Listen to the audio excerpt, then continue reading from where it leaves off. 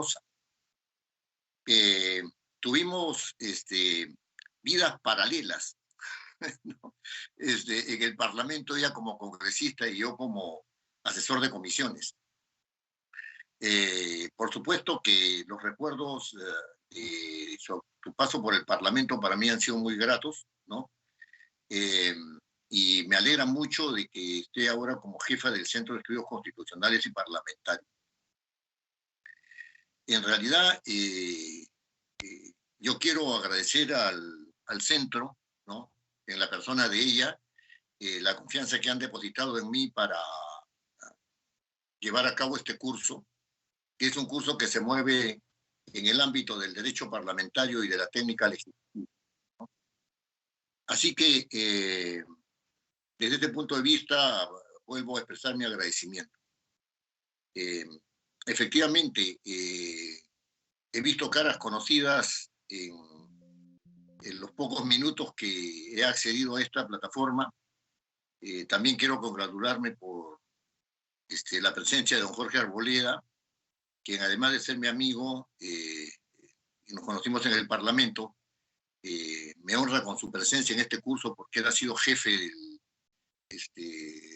de comunicaciones del Congreso, ¿no? Y no solo eso, sino que además tiene en este momento responsabilidades delicadas en una comisión especial, ¿no? Una comisión especial del Parlamento.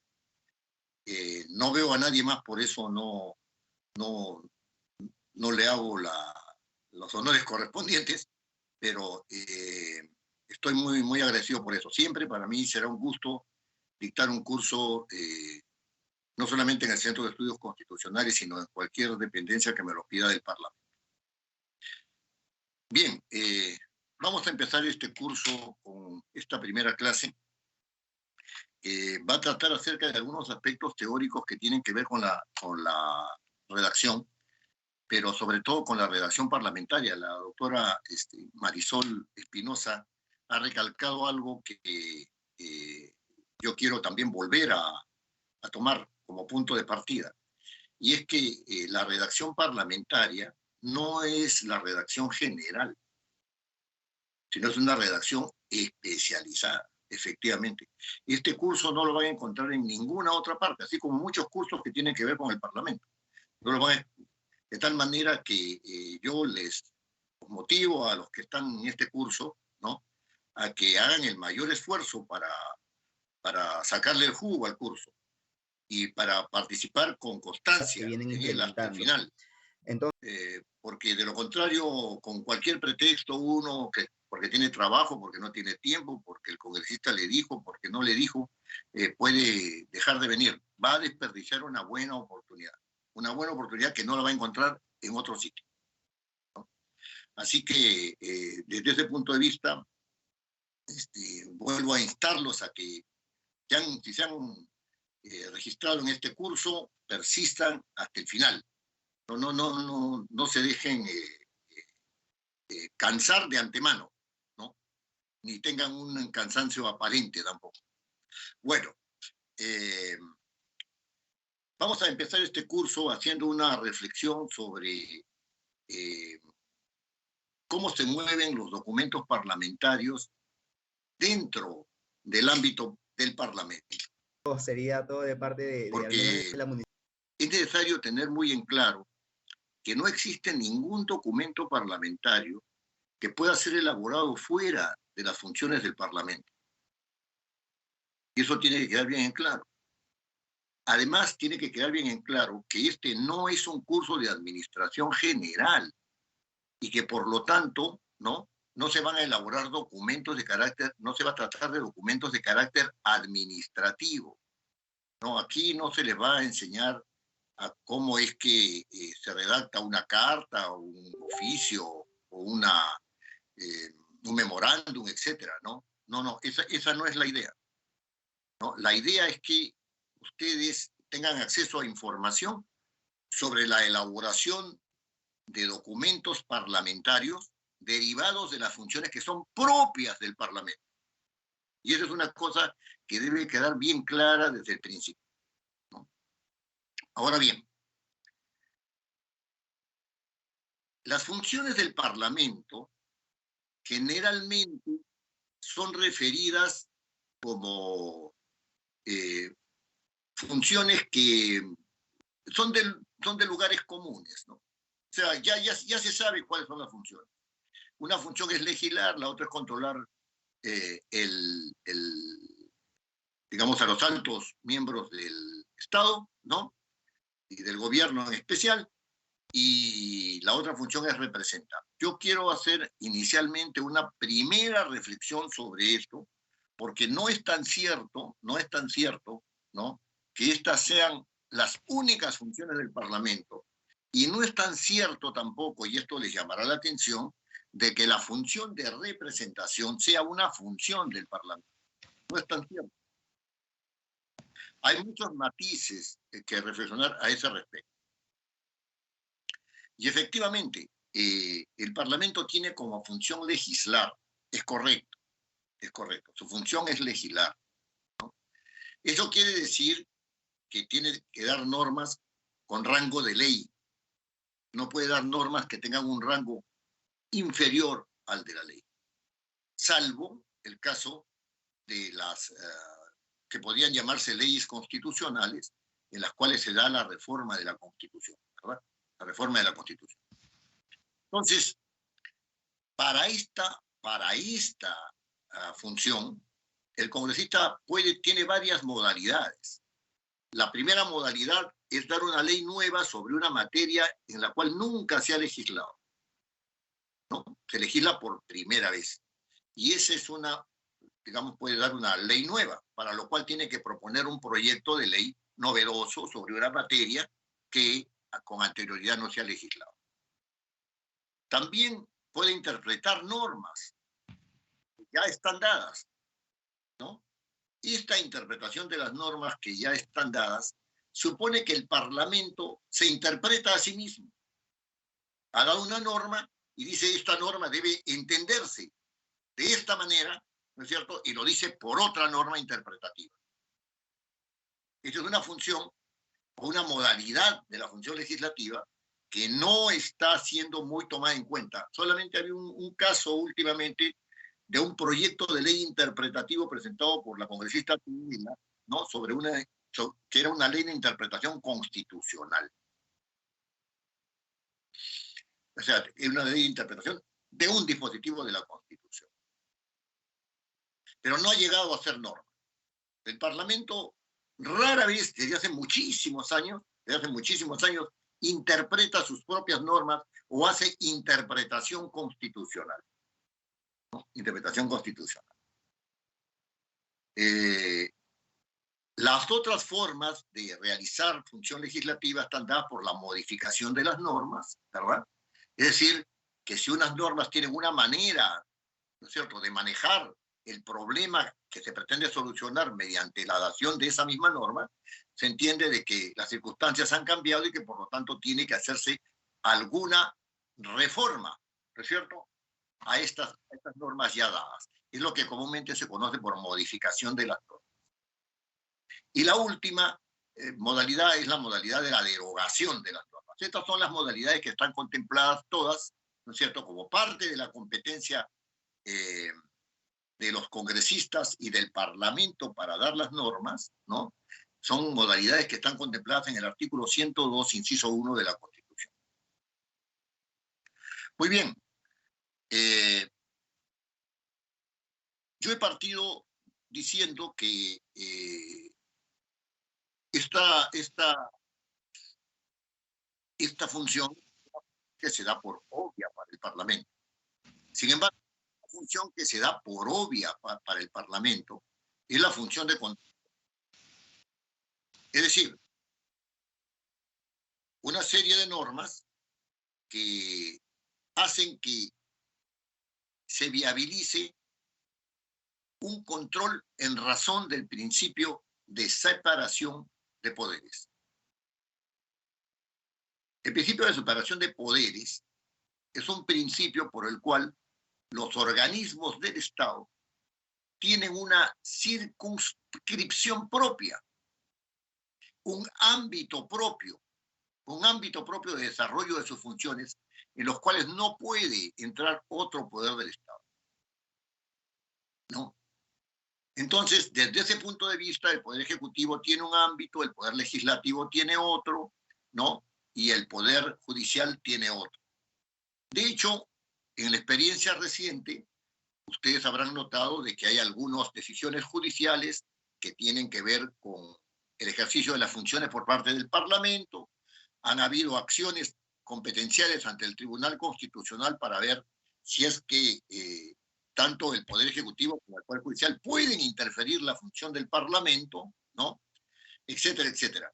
¿Por qué? Porque la defensa de la separación de poderes hace que no se hagan posible, ¿no?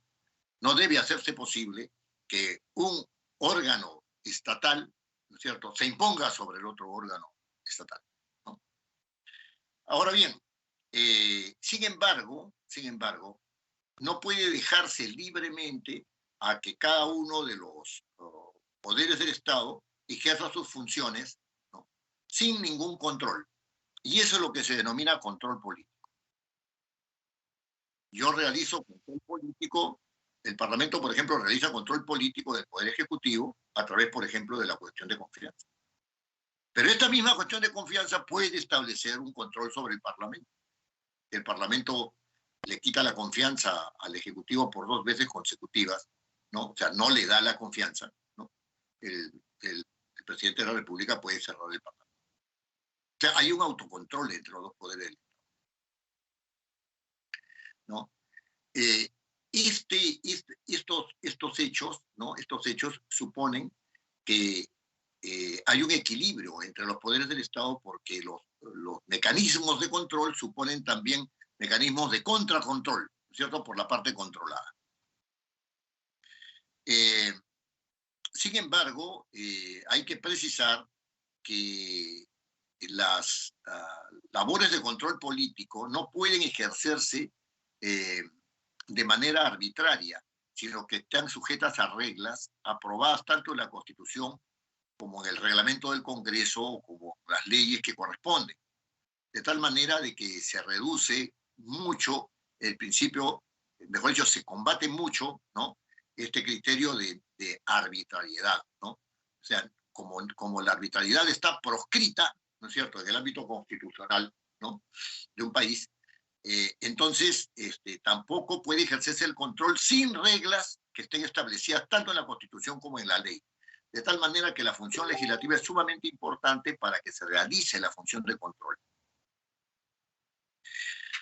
Además de estas dos funciones, está la función garantista también del Parlamento, ¿no?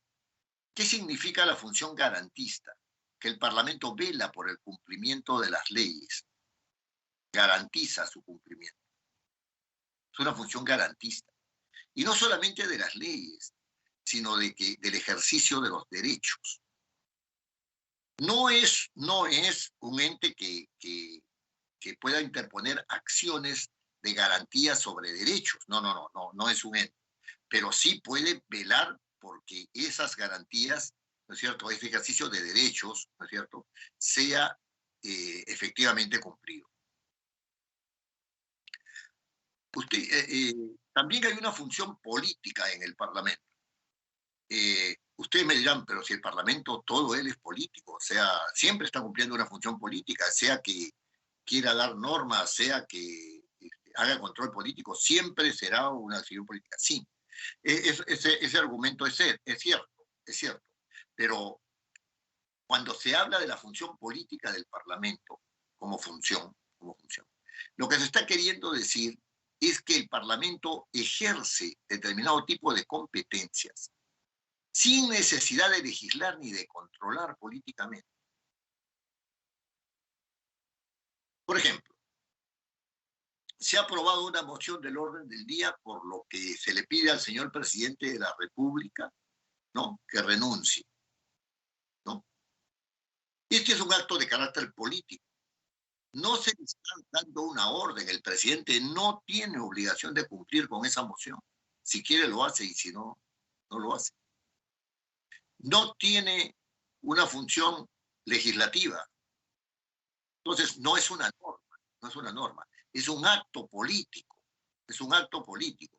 Y ese acto político quiere tener una cierta incidencia sobre otro poder del Estado. También se le podría decir, hasta hacer una moción de orden del día diciéndole a la presidenta de Justicia, ¿no?, que estime conveniente realizar las acciones necesarias, ¿no?, para que los jueces actúen según ley, ¿no? O le podría decir también a la Junta Nacional de Justicia, ¿no?, que se han dado casos en los cuales se ha visto claramente que algunos magistrados son indignos, ¿no?, de la función que llevan, y por lo tanto la Junta Nacional de Justicia aplique la norma que les parezca conveniente para salvaguardar los intereses de aquellos que están en algún conflicto en el Poder Judicial. Podría también darse ese acto, ¿no? Y ese acto no es ninguna norma, ninguna imposición, pero sí está indicando, en todos los casos que he referido, ¿no?, está indicando que existe una posición del Parlamento, por lo menos mayoritaria, porque tiene que ser un acto aprobado por el Pleno del Congreso, ¿no?, por lo menos mayoritaria, de que las cosas deben inclinarse en el sentido del cumplimiento de las funciones correctamente por determinado órgano del Estado. Ese es un acto típicamente político, ¿no?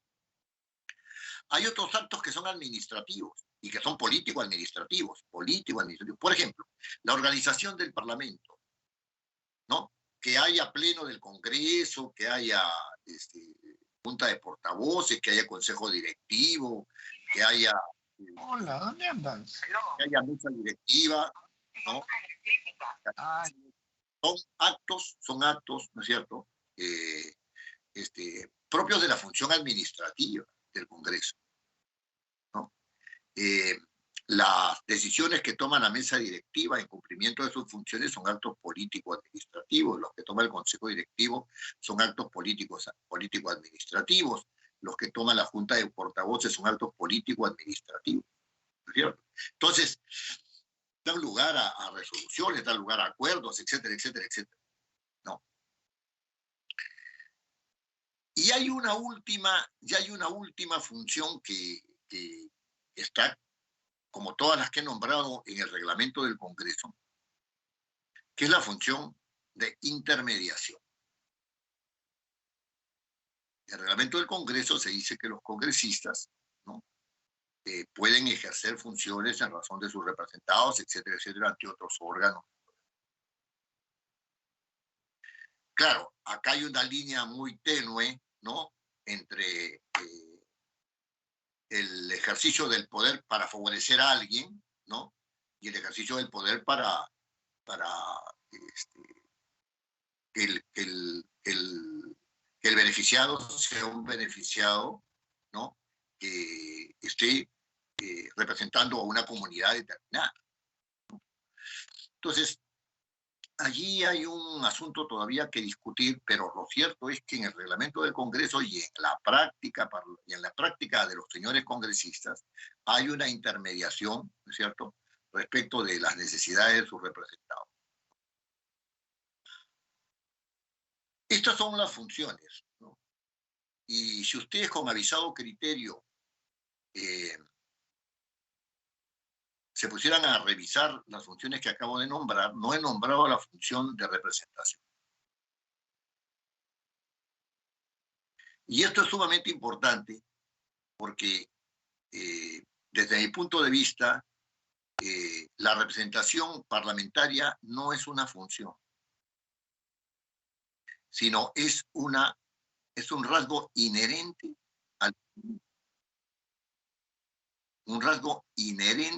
al Parlamento. ¿Por qué les digo esto? Les digo esto por lo siguiente. Cuando una persona está postulando al Parlamento en las elecciones generales, está en una lid, en una contienda electoral para obtener una mayor cantidad de votos.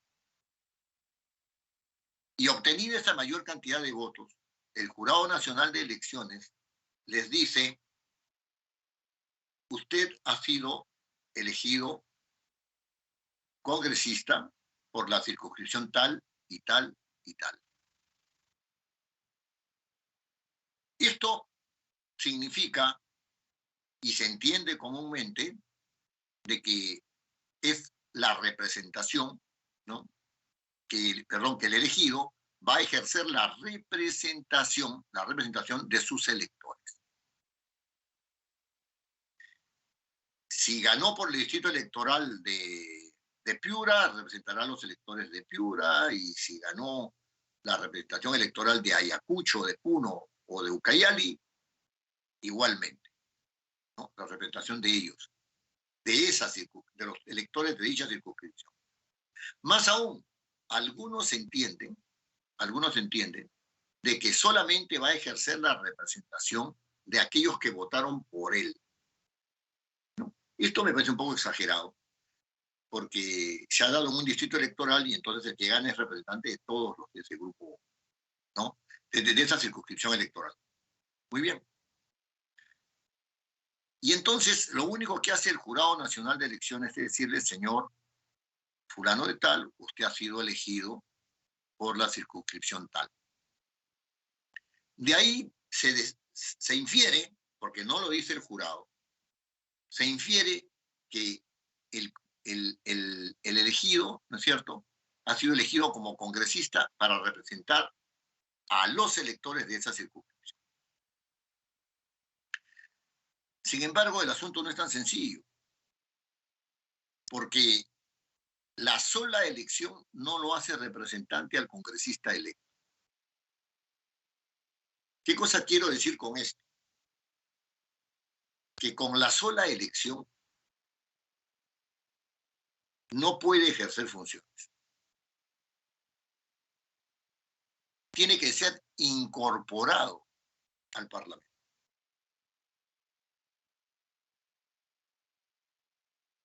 Esa ceremonia o ese proceso de incorporación, ¿no?, tiene sus reglas. Están en el reglamento del Congreso. Del artículo 12 al artículo 17, si no me equivoco, 16 del reglamento del Congreso, ¿no?, están dados todos los pasos para la incorporación del congresista. En primer lugar, tiene que presentarse con su credencial. Su credencial, ¿no es cierto?, es recibida por el oficial mayor del Congreso, y el oficial mayor del Congreso certifica que esa es una credencial válida, ¿no? Después de eso, se le inscribe en un libro, ¿no?, como congresista electo, no como otra cosa, como congresista electo. De allí tiene que presentar una serie de documentos, ¿no?, de una declaración jurada de bienes y rentas, de no estar incurso en los impedimentos del artículo 92 de la Constitución, etcétera, etcétera, ¿no? Y de allí, convocada las juntas preparatorias, ¿no?, ingresa al Parlamento donde juramenta. Después de juramentar, todo el cuerpo juramentado elige una mesa directiva. Esa mesa directiva da por concluidas las juntas preparatorias, y después de dar por concluidas las juntas preparatorias declara constituido el nuevo Congreso. Quiere decir que antes no había.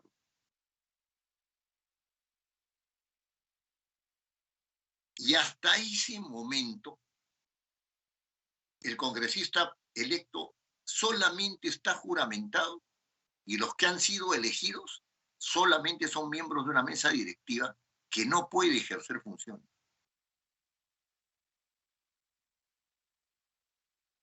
¿Cuándo pueden ejercer todos ellos funciones? Cuando el propio presidente de la mesa directiva declara instalada el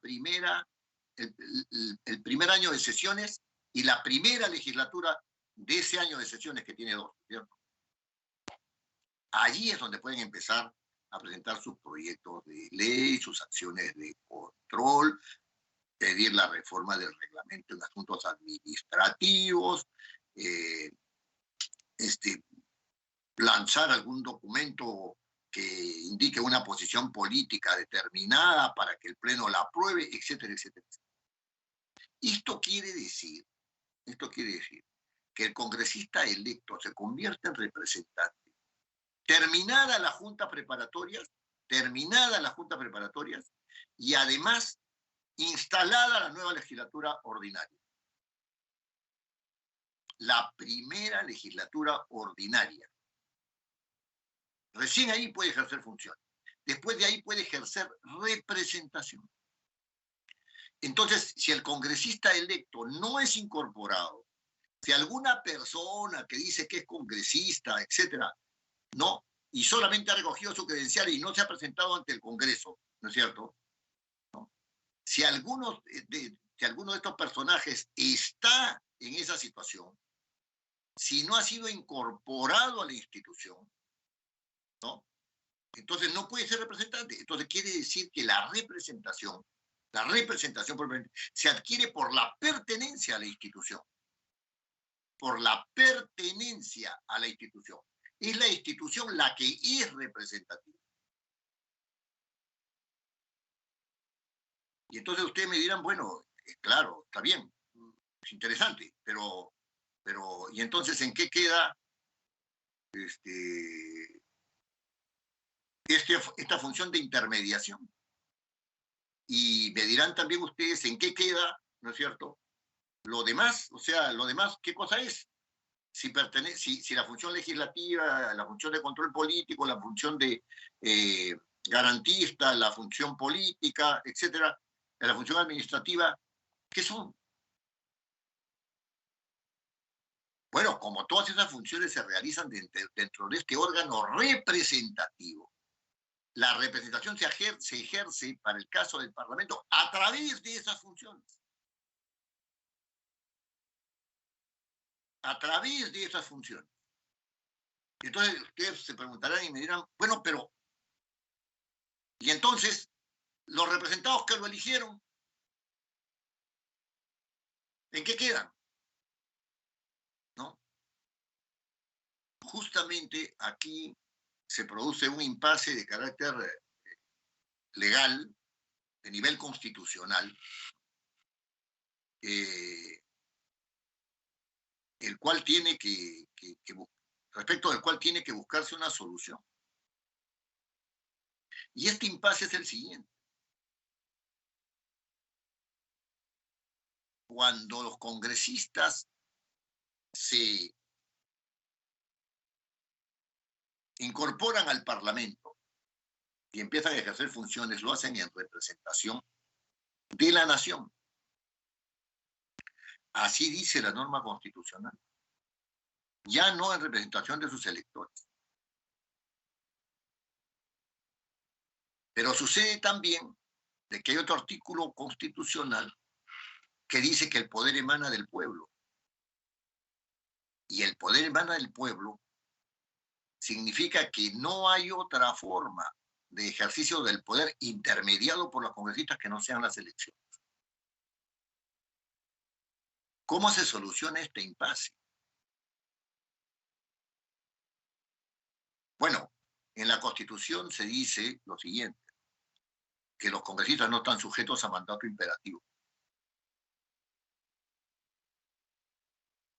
Y como los congresistas no están sujetos a mandato imperativo, sus representados, aquellos que le dan origen, ¿no es cierto?, no pueden ejercer presión sobre él para que cumpla con sus demandas. Y esto es algo que hay que reflexionarlo con seriedad, porque desde algún punto de vista, hay que sobreponer los intereses de la nación sobre los intereses de las circunscripciones departamentales, etcétera, ¿no?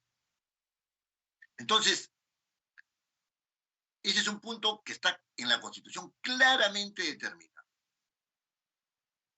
Entonces hay que preguntarse por qué en el reglamento del Congreso se dice de que el congresista puede intermediar. Y lo coloca en un punto de vista ciertamente delicado, porque si su intermediación excede determinados parámetros,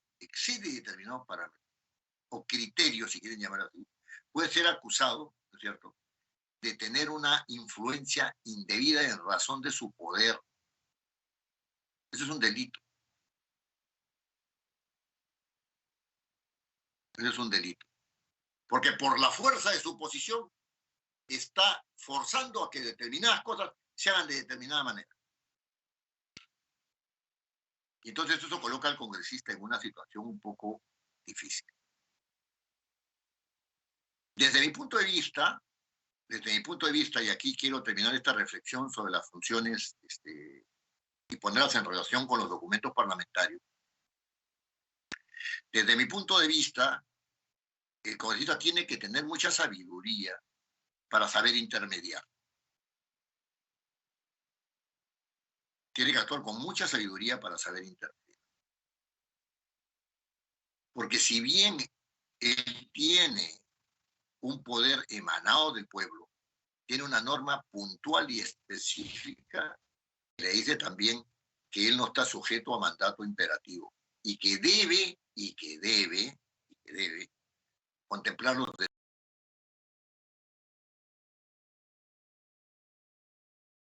Este grupo determinado.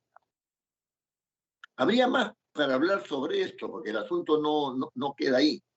Pero lo que quiero recalcar en este momento, ¿no?, es que el Parlamento es el representativo, es el ente representativo, y ejerce la representación a través del desarrollo de funciones, que están claramente establecidas en la Constitución para este órgano constitucional. ¿Cuáles son esas funciones? La función de legislación, la función de control político, la función de garantía del cumplimiento de la ley y de los derechos y del ejercicio de los derechos, ¿no es cierto? La función política que tiene que ver con la discusión sobre las políticas con el Poder Ejecutivo, ¿no es cierto?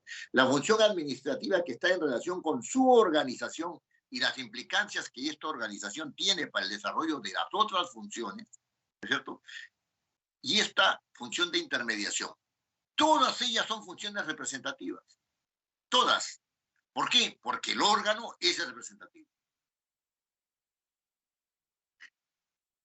Esta reflexión acerca de las funciones del Parlamento la tenemos que tener en cuenta para entender qué es un documento parlamentario. Un documento parlamentario no puede ser un documento tal, desde el punto de vista que estamos tratando, desde el punto de vista del órgano representativo del Parlamento, sino si no está en relación con alguna de sus funciones.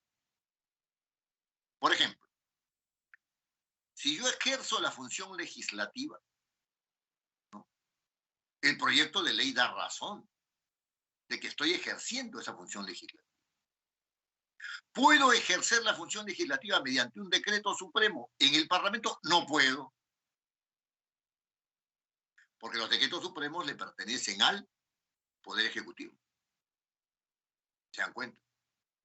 Esa es una función la función del Parlamento. Está restringida a los proyectos de ley y a los proyectos de resolución legislativa que tienen como resultado una norma que tiene rango de ley. No puede ser de menor jerarquía. Y escuchado, soy sincero,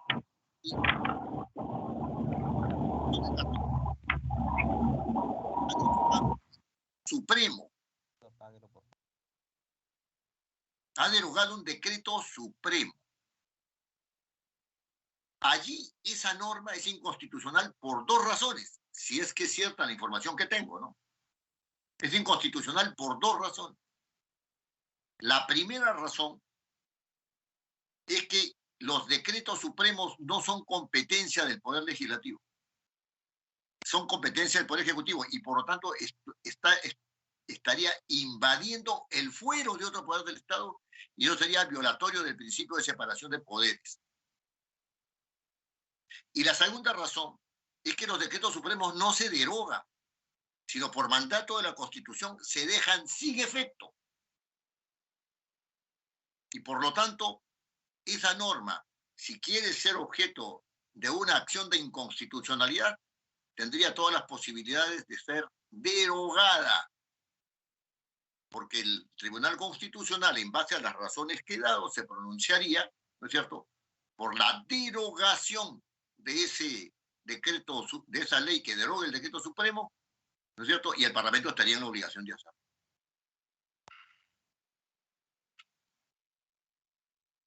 Este asunto, ¿no?, es un asunto que tiene que ver, evidentemente, con la función legislativa, ¿no?, con la función legislativa.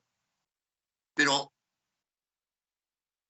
los documentos que tienen que ver con la función de control político son diferentes, ¿no?, son totalmente distintos. Son documentos por los cuales, ¿no es cierto?, el Parlamento o el Poder Ejecutivo, ¿no es cierto?, ejercen control uno sobre el otro, pero también puede haber control del Poder Legislativo sobre órganos constitucionales autónomos. Por ejemplo, el Tribunal Constitucional es un órgano constitucional autónomo. La Junta Nacional de Justicia es un órgano constitucional autónomo. El Banco Central de Reserva es un órgano constitucional autónomo. ¿Tiene el Parlamento poder de control sobre estos órganos? Sí, sí lo tiene. Sí lo tiene. Y entonces allí se elaboran una serie de documentos que tienen que tener, ¿no es cierto?, una ubicación que les permita realizar esas funciones sin interferir el ejercicio de la división de poderes, el principio de división de poderes. Y entonces la Constitución dice claramente que el Parlamento ratifica el nombramiento del presidente del Banco Central de Reserva. ¿Qué significa eso? Estoy dando un ejemplo nada más. Que el presidente de la República nombra al presidente del Banco Central de Reserva y por medio de una resolución, ¿no es cierto?, dice que quién es el nombrado. Esa resolución tiene que ser mandada al Parlamento, enviada al Parlamento, para que el Parlamento ratifique. Si el Parlamento quiere, no ratifica y queda sin efecto el nombramiento del presidente del Banco Central de Reserva. Lo mismo pasa con el superintendente de bancas y seguros y administradoras de fondos de pensiones. Es el mismo procedimiento. Elige a los magistrados del Tribunal Constitucional, si los elige el Parlamento. ¿Puede destituirlos? Sí puede. ¿Están sujetos a acusación constitucional? Sí están sujetos a acusación constitucional. Y después de la acusación constitucional puede destituir. Entonces, esta función de control no se da respecto de cualquier persona o de cualquier funcionario, sino solamente sobre los altos funcionarios del Estado. Después vamos a ver esto con mayor detenimiento. Pero eso se realiza a través de varios documentos parlamentarios que generalmente tienen su origen en la moción de orden del día. Generalmente, por el caso de la acusación constitucional, la acusación constitucional no se realiza a través de una moción de orden del día, sino de un pedido de acusación constitucional. Entonces, esos documentos están en relación con las funciones. Con la función. La función garantista, por ejemplo, ¿no?, si se trata de hacer que la Constitución prevalezca, puede acusar constitucionalmente a un ministro, incluso los congresistas pueden ser acusados constitucionalmente por violación de la Constitución. Esto es muy difícil. Esto es sumamente difícil, porque el que tendría que haber violado la Constitución es el Parlamento en su totalidad, y tendría que ser acusado en su totalidad, cosa que es casi imposible, ¿no? Pero ahí dice que hay congresistas que pueden violar la Constitución, y lo dice claramente, ¿no?, en el artículo 99, si no me equivoco, de la Constitución. Ahí están quienes son sujetos de acusación constitucional. ¿no? Estas acciones de control, ¿no?, son acciones de control político. ¿Y por qué hago esta afirmación de acciones de control político? Porque estas acciones de control político requieren de un criterio político del Parlamento como conjunto. ¿Por qué se dice que no hay los 87 votos para la vacancia del señor presidente de la República? Porque ese es un requisito necesario, ¿no?, establecido por nuestro reglamento, para que proceda una visión fuertemente mayoritaria del Congreso. Y no sea una visión así nomás, rapidita, de mayoría simple, ¿no?, sino que requiere de un consenso determinado. No se llega a los 87 votos, no hay ese consenso determinado. Se llega a los 87 votos, hay el consenso determinado, en el caso del señor Vizcarra. Entonces, esta cuestión política es una cuestión de formación de criterio de los señores congresistas. Y ese criterio de los señores congresistas es un criterio orgánico. Existe la comisión enfocada en la enfocarnos de acuerdo a la situación, O sea, según Lima Norte, Lima Sur, Lima Este, Lima Centro. ¿Cierto? Después, no hay algo que obligue a los está demás enfocada si no se ha dado una tiene votación mayor en el Pleno del Congreso. Como de mi parte en específico, siendo participante de la Comisión Ahora de bien, Participación Ciudadana, en que se termine de dar la consolidación de los estos CDPJ documentos al menos parlamentarios de también un nacen de la 50%, función puesto que aún existe una gran cantidad de distritos que no los tienen. Y una de administrativa del nuestras Congreso. propuestas es continuar y fortalecer Y esta misma formalización de las mismas. En el ámbito más alto, ¿no es cierto?, por medio de resoluciones legislativas, gracias, Valeria. se va modificando el Gracias. reglamento del Y Congreso. entonces, bueno, este fue el bloque. En términos 3, generales, podríamos decir que la administración del Congreso desde respecto a sus Live órganos y a sus y procedimientos, desde, ¿no es cierto?, la plataforma ¿no?, Zoom, pues han está en el podido reglamento del escuchar Congreso. las respuestas que nos han En términos entregado generales. el panel. Y ahora vamos a Si ir al restringimos bloque un 4. poco, Ya estamos ¿no?, finalizando esta este jornada. hecho Y de en las este bloque lo que funciones vamos a administrativas tener del son las Congreso, palabras ¿no?, finales de esta puede lista referirse candidata. a Ya los ustedes órganos los han político-administrativos escuchado a del todos, pero ahora Congreso, les van a dar que son aquellos que sus están palabras integrados por finales congresistas. para que luego De ustedes estos tomen la órganos decisión. Entonces tenemos administrativos y de a la cómo se candidata a la viabilizan los Secretaría General documentos administrativos de en estos Juventudes, órganos conformados Andrea solo por Melissa congresistas, es de Rojas lo que lo vamos a Vera. ocupar en este Tenemos curso.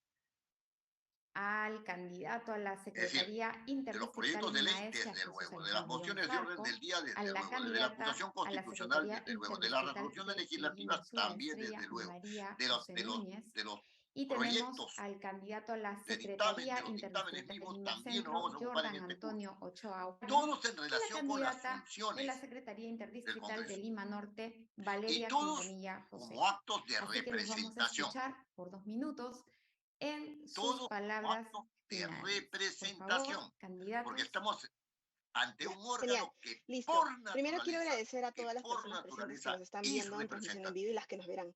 Agradecemos también a las personas que nos motivaron a participar dentro de esta lista. Como lista postulante al CMPJ dentro de la Junta Directiva, somos documentos que y conocemos que somos la voz de las juventudes. Tenemos privilegios de poder estar acá en este espacio y sabemos que las juventudes organizadas y no organizadas lo necesitan. Necesitan tener esa voz. Necesitan también conocer estos espacios de visibilización. Trabajaremos con un enfoque de derechos humanos, como hemos mencionado. Un enfoque de diversidad, de interseccionalidad. La canción es muy bonita, buscamos muy linda, realmente preciosa, generar un impacto pero por medio de la incidencia. no viene al que lo caso. necesitamos. Sabemos que Yo sé que ustedes, las priorizamos de mujeres, manera pueden hacer dos transversal cosas no al mismo solo la tiempo, salud integral, cosa para incluye que la nos salud está negada a mental, nosotros, sexual, pero no nos reproductiva, obliga a nosotros los nutricional, varones. ambiental, etcétera. Porque no Y estamos en esa conocemos y posibilidad. entendemos de que hay muchas necesidades, Bueno, pero sobre todo nosotros vamos a priorizar las necesidades de la población, ¿qué de nuestras redactar? juventudes, más allá de lo que O sea, ya crean sabemos que el personalmente. Parlamento tiene Nosotros funciones y estamos que se de producen manera documentos en razón profesional de esas buscando funciones. de que todos Perfecto. ustedes conozcan estas necesidades Ya de la redactado. población y buscar también la vigilancia de estas normativas que se están haciendo por medio de los Miren, regidores y que más adelante las juventudes de Lima Metropolitana tengan un una mejor primera vivir, una mejor constatación, propuesta de vida, de trabajo, de una primera estudios y sobre constatación todo de un mejor es futuro. que la Somos el redacción presente, no somos el es futuro, poner somos por el presente de escrito una Lima Metropolitana aquello que se podría llena decir de y manera oral, respetuosa ¿no de es los cierto? derechos. Y esperamos que dentro de este espacio podamos Ya, conocer y obvio, dar realidad poco a obvio. poco, con trabajo en equipo y con comunicación Una segunda efectiva y de manera constatación legal, muchas es que eso actividades oral y recreaciones. Así que que se me va a poner por despido, gracias escrito a y nos todos, todas interesa y ahora lo todos. escrito, es una confluencia de múltiples saberes, Muchísimas gracias, de Andrea. múltiples saberes, de múltiples Valeria. saberes. ¿Qué significa eso? Sí, Que esa como confluencia de como ya múltiples mencionó saberes va a Andrea, dar muchas gracias a todos los va que a nos dar están lugar a un viendo y texto. nosotros estamos enfocados en la Mirado desde el juventud. otro punto de Nuestra vista, prioridad es un la texto juventud y el desarrollo de la supone juventud en la la participación ciudadana. confluencia Buscamos de la múltiples incidencia, saberes. buscamos el respeto de los derechos y el cumplimiento de los deberes que ¿Qué tenemos saberes como son esos? jóvenes en Lima Metropolitana. En primer lugar, No nos vamos hay un saber no nos vamos a lingüístico, enfocar en un solo aspecto, sino que genuinamente ¿no? Es estamos decir, basándonos en la la persona que va a interseccionalidad, redactar en el estos respeto hacia las documentos diversidades se y siente en la fundamentalmente posibilidad en en y la se siente con promoción la de derechos competencia humanos, puesto para que poder como redactar jóvenes esos documentos. Es estamos decir, para en el poder redactar derecho un y en el proyecto de deber de ley, un promover los proyecto de derechos resolución humanos. legislativa, Estamos en el para deber redactar un de nosotros proyecto ser el de ejemplo resolución como legislativa del secretaría Congreso, que es diferente, de ¿no es cierto? educarnos, de ¿No? Para promoverlo, poder de redactar una respetarlo moción de y de orden del que esto día, para sea poder uno redactar una de nuestros acusación ejes principales a la constitucional, hora de ¿no es actuar, cierto? a la hora Para de tomar redactar una decisiones moción y a la hora de de generar incidencia proyectos. meramente Muchas política. gracias. Para todo eso, la persona se siente competente y capaz. Muchísimas gracias. Jordan. Pero si es una confluencia de múltiples saberes, eso supone de que hay En varios sí saberes que quiero en este momento agradecerles también por esa los que están a competencia, través de de la cual esa pantalla competencia en el tiene vivo que y dar también razón. en sí queremos decirle una sola cosa súper importante.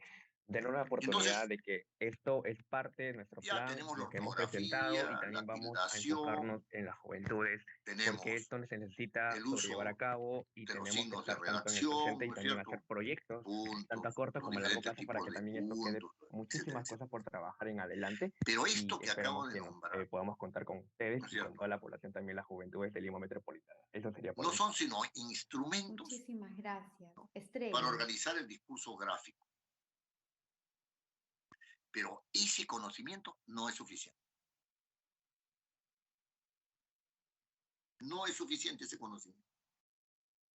¿Dónde coloco el punto y dónde coloco la coma? Nadie se lo va a poder enseñar. Eso le dan a usted alguna referencia. Coloca la coma cuando hay enumeración, coloca el punto cuando se haya terminado una idea, coloca el punto aparte cuando vayas a cambiar de idea, etcétera, etcétera, etcétera. ¿Quién determina cuándo se cambia de idea? ¿Quién determina cuándo se dan confluencias? ¿Quién determina cuándo el receptor va a recibir, ¿no es cierto?, esto como una organización clara del discurso? ¿Quién determina eso? La persona que es competente. La persona que es competente. Decir cuándo, ¿no es cierto?, significa muchas cosas. Si lo miramos desde el punto de vista de un punto de vista sencillo, de una estructura comunicativa, el emisor tiene que escoger una serie de elementos, seleccionarlos y combinarlos y después elaborar un mensaje para un receptor. Ese para un receptor, ¿quién es?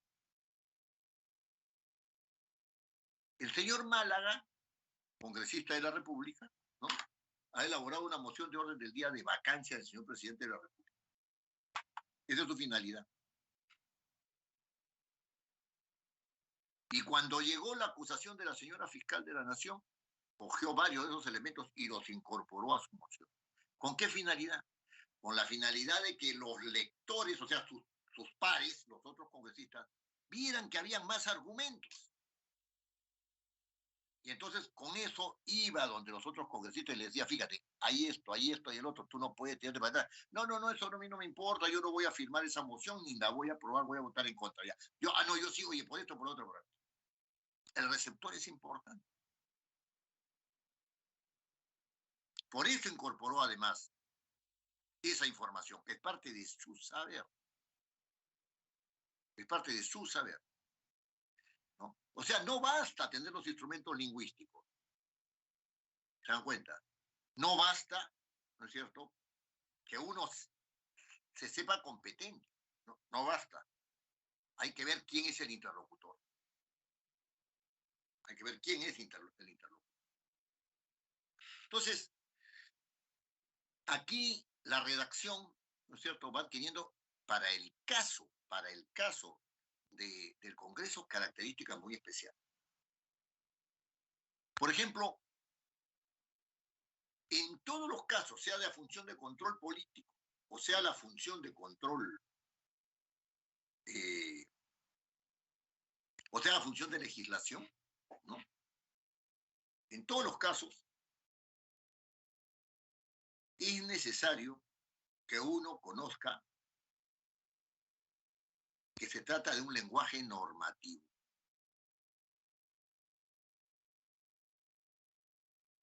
Y entonces, ¿qué cosa es, no es cierto?, lo propio del lenguaje normativo? Esa es una pregunta clave. Yo les decía hace unos momentos en que no se podía ejercer la función legislativa para sí misma, porque se trata de interpretar, modificar o crear, ¿no es cierto?, para sí misma. Y no se podía ejercer la función de control político, la función garantista, la función política propiamente dicha, de dirección política. No se podría asumir la función administrativa sin reglas. Esas reglas son normas. Y en consecuencia la redacción no solamente está en razón de las funciones, ¿no es cierto?, sino en el conocimiento de las reglas que informan, o sea, a través de las cuales se pueden realizar esas funciones. Miren ustedes, en el caso de la función legislativa, que a ustedes les interesa mucho, y a mí también, ¿no? Y eso se desarrolla en tres ámbitos. Un ámbito prelegislativo, que es aquel en que se elabora el proyecto de ley. Otro ámbito legislativo es aquel en el que se aprueba la ley, se le evalúa y se le aprueba. O se desaprueba, pero ahí está, en ese ámbito. Y un tercer ámbito, que es el de ámbito de su aplicación una vez aprobada la ley. Y entonces, el Parlamento por muchísimos años, ha privilegiado la función legislativa sobre la función de control político.